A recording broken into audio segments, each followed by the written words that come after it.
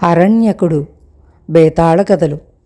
పట్టువదలని విక్రమార్కుడు చెట్టు వద్దకు తిరిగి వెళ్ళి చెట్టుపైనుంచి శవాన్ని దించి భుజాన వేసుకుని ఎప్పటిలాగే మౌనంగా శ్మశానం కేసి నడవసాగాడు. అప్పుడు శవంలోని బేతాళుడు, రాజా, నువ్వు రాజకీయాలు వదిలేసి ఆటవిక పరిశ్రమలో పడితే వెనకటికి అరణ్యకుడు అనే ఆటవికుడు రాజకీయాల్లో పడ్డాడు. శ్రమ తెలియకుండా నీకు అతని కథ చెబుతాను, విను అంటూ ఇలా చెప్పసాగాడు. చంద్రగిరి రాజు అమరపాలుడంటే ఎంత లేసి రాజులకు సింహస్వప్నం. అతనితో యుద్ధం చేసి ఓడని రాజులు లేరు. అతను అలా అజేయుడిగా నిలబడటానికి కారణం సేనలోని ఆటవిక దళాలు. ఈ ఆటవికుల కుదురు చంద్రగిరి రాజ్యంలోని కీకారణ్యాలు. అక్కడ ఆటవికుల స్థావరాలు ఉండేవి. వారికి ఒక నాయకుడు ఉండేవాడు. చంద్రగిరి రాజ్యం కోసం అతని ప్రజలు ఏం చెయ్యమన్నా చేశారు. అమరపాలుడితో ఆటవిక నాయకుడు చాలా అన్యోన్యంగా ఉంటూ అతనికి ఏటా అటవీ సంపదతో పాటు మెరికల లాంటి యువకులను సైనికులుగా కూడా పంపేవాడు.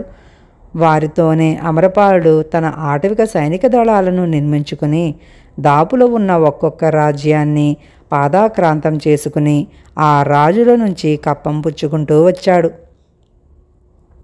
ఇలా కొంతకాలం జరిగినాక ఆటవికుల నాయకుడి కొడుకు అరణ్యకుడు తమ జాతికి తీరని ద్రోహం జరుగుతున్నదని శంకించసాగాడు. ప్రతి ఏడు అమరపాలుడి మనుషులు వచ్చి అటవీ సంపదను, సేనలో చేరటానికి ఆటవిక యువకులను కప్పంలాగా పట్టుకుపోతారు. అతను తండ్రితో ఒకసారి వాదన వేసుకున్నాడు. మనం రాజుకు కప్పం ఎందుకు కడుతున్నాం? ఆయన మనని ఎప్పుడు జయించాడు? మన సంపదను, మన యువకులను కొల్లగొట్టి మనను దరిద్రులుగాను బలహీనులుగాను ఉంచే అధికారం రాజుకు ఎలా వచ్చింది? అరణ్యకుడి తండ్రి నవ్వి, రాజు వద్ద ఉన్న ఆటవిక దళాలు మనవి కావా? రాజుబలం మన బలం కాదా? రాజు మనవాడుగా ఉండగా మనకేసి ఎవరన్నా కన్నెత్తి చూడగలరా అన్నాడు. నువ్వు పొరబడ్డావు. రాజుబలం మన బలం కాదు, మన బలమే రాజుబలం. మన దళాలు లేకపోతే రాజు ఇన్ని దేశాలు జయించగలుగునా? నువ్వు నేను స్వతంత్రులం కాదు, సామంతులం. రాజు మనుషులు వచ్చి కప్పం అడిగినప్పుడు మనం నిరాకరిస్తే అప్పుడు కానీ నీకు నిజం తెలియదు అన్నాడు అరణ్యకుడు. ఆటవిక నాయకుడు చాలాసేపు ఆలోచించుకుని ఆటవికుల సభలో తాను నాయకత్వం వదులుకుంటున్నానని, ఇక నుంచి అరణ్యకుడు నాయకుడవుతాడని, అందరూ అతని ఆజ్ఞలు పాటించవలసినది అని ప్రకటించాడు. తరువాత కొద్ది రోజులకే రాజు మనుషులు వచ్చి ఏటా రాజుకు పంపే వెదురు బియ్యము, చందనపు చెక్కలు, పులి చర్మాలు, ఏనుగులు, 25 మంది యువకులు తీసుకుపోతామని అన్నారు. అరణ్యకుడు వాళ్లతో ఇలా స్పష్టంగా చెప్పాడు. మేం మీకు కప్పం కట్టవలసిన అవసరం లేదు. చంద్రగిరి రాజ్యం మీది అయినట్టే మాదీను. మేం స్వతంత్ర జీవులం. కానీ మా యువకులందరూ మీ సైన్యంలో చేరి ఉన్న కారణం చేత చాలా దుర్బలులమై ఆత్మరక్షణ కూడా చేసుకోలేని స్థితికి వచ్చాం. ఇంక మీదట ఈ ఏర్పాటు సాగదు. మా ఆటవిక దళాలను మాకు తిప్పి పంపమని రాజుగారికి చెప్పండి. అటవీ సంపద ఆటవికులది.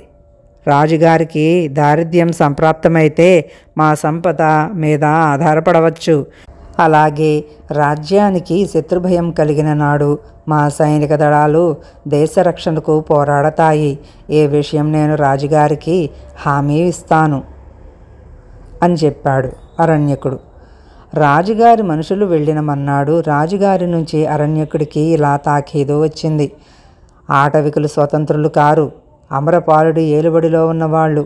ఆనవాయితీ ప్రకారం అటవీ సంపద 2 రోజుల్లో చేరని పక్షంలో సేనలో ఉన్న ఆటవిక దళాల వాళ్లను ఖైదులో పెట్టి తిండి పెట్టక మార్చి చంపడం జరుగుతుంది. ఆటవికుల స్థావరాలు నేలమట్టమవుతాయి. ఇది విని అరణ్యకుడికి ఆశ్చర్యం కలిగింది. అతను రాజదూతలతో, మేం రాజుగారి సామంతులం కాము. మమ్మల్ని రాజుగారు గెలిచిన మీదట ఎవరికెవరు సామంతులో తేలిపోతుంది. కప్పం కట్టేది లేదు అని నిక్కచ్చిగా చెప్పాడు. అతను ఒక విధంగా అంచనా వేసి యుద్ధానికి సిద్ధపడ్డాడు. ఆ అంచనా ఏమిటంటే రాజు తమను గూడెం మీదకి తమ ఆటవిక దళాలను పంపితే వాళ్ళని తిరిగిపోకుండా చూసుకుందామని. కానీ అలా జరగలేదు. గూడెం మీదకి వచ్చిన సైనికుల్లో ఆటవికుడు ఒక్కడూ లేడు. ఈ సైనికులను ప్రచ్ఛన్న యుద్ధంలో ఆటవికులు మట్టుబెట్టారు. చాలామంది బందీలుగా చిక్కారు. యుద్ధానికి ఆటవిక దళాలు రాలేదేం అని అరణ్యకుడు అడిగితే పట్టుబడిన సైనికులు వాళ్ళంతా ఖైదులో ఉన్నారు అని చెప్పారు. కొందరు దొంగలు కికారణ్యంలోకి ఒక మేనాతో సహా పోతూ ఆటవికుల కంటపడ్డారు. దొంగలకు ఆటవికులకు పోరాటం జరిగి దొంగలంతా పట్టుబడ్డారు. మేనాలో ఉన్నది రాజకుమార్తె. దొంగలు నిజంగా దొంగలు కారు. అరణ్యకుడు చిత్రవధ చేస్తానని భయపడితే నిజం బయటపెట్టారు. రాజుగారి ఏక సంతానమైన కుమార్తెను అరణ్యంలోకి తీసుకుపోయి చంపమని మంత్రి వారిని నియోగించాడట. అరణ్యకుడికి ఒక్కసారిగా జ్ఞానోదయమైంది. అతని అనుమానం రూఢి అయిపోయింది. అతను మంత్రి పంపిన వారితో రాజకుమార్తె సంగతి చూసుకునే బాధ్యత నాది.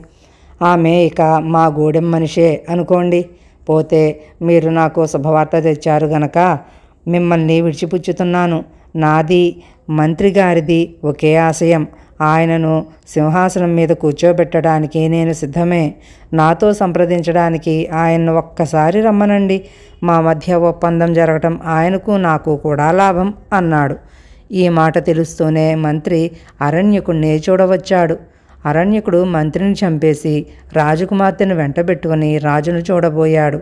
రాజకుమార్తె అపహరణము, మంత్రి చావు గురించి విని రాజు ఎంతో నొచ్చుకుని, మీ ఆటవికులు నాకు ఎన్నో విజయాలు చేకూర్చిపెట్టారు. అవన్నీ ఒక ఎత్తు. నువ్వు నన్ను ఒంటరిగా పెద్ద కుట్ర నుంచి కాపాడడం ఒక ఎత్తును.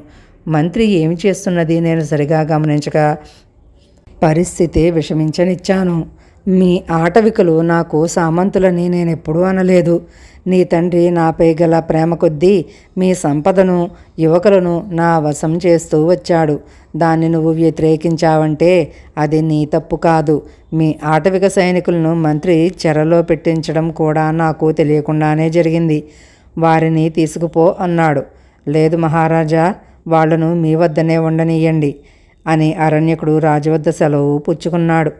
బేతాళుడు ఈ కథ చెప్పి, రాజా, అమరపాలుడు పంపిన తాకీదు విని అరణ్యకుడికి కలిగిన అనుమానమేమిటి? తమ గూడెం మీద దాడి జరిగిన మీదట అది ఎందుకు బలపడింది? రాజకుమార్తె ఉదంతంతో అది ఎలా రూఢి అయ్యింది? తనలాగే మంత్రి కూడా రాజు పతనం కోరుతున్న సంగతి ఎలా తెలిసింది అతనికి? తెలిసినవాడు మంత్రిని పిలిపించి ఎందుకు చంపాడు? అంతా అయినాక అరణ్యకుడు తండ్రి నాటి ఆనవాయితీని పూర్తిగా ఎందుకు ఆమోదించాడు? ఈ ప్రశ్నలకు సమాధానం తెలిసి కూడా చెప్పకపోయావో నీ తల బద్దలవుతుంది అన్నాడు. దానికి విక్రమార్కుడు తన తండ్రి రాజు పట్ల స్నేహంతో గాక దాస్య బుద్ధితో ప్రవర్తించాడు అని అనుకోవటంలో కొంతవరకు అరణ్యకుడు పొరపాటు పడ్డాడు. కానీ ఆ పొరపాటుకు కారణం లేకపోలేదు. రాజు మనుషులు కప్పంలాగా పట్టుకుపోతున్నది అతను సహించలేక తాను నాయకుడు కాగానే దాన్ని నిరాకరించాడు. రాజు ఏం చేస్తాడో దాన్ని బట్టి తండ్రి వైఖరి నిజమో కాదో తెలుసుకుందామని అతని ఉద్దేశం కావచ్చు. కానీ రాజుగారు ఈ కప్పం కోసం ఆటవిక దళాలను ఖైదులో పెట్టి తిండికి మార్చి చంపుతానంటాడని అతను కలలో కూడా ఊహించలేదు. ఎందుకంటే ఆ దళాలను చంపుకోవటం కన్నా రాజుకు ఆత్మహత్య ఉండదు. అందుచేత అది రాజు పంపిన సందేశమేనా అని అతనికి సందేహం కలిగింది. ఆటవిక సైనికులు చెరలో ఉన్నారని మంత్రి పంపిన మనుషులు చెప్పినాక ఇది మంత్రి ఆలోచనని, అతను రాజును నాశనం చేయటానికి ఎత్తువేస్తున్నాడనీను అరణ్యకుడు స్పష్టంగా గ్రహించాడు. తన సందేశం విని ఎప్పుడైతే మంత్రి వచ్చాడో అప్పుడే అతను రాజద్రోహి అని తేలిపోయింది.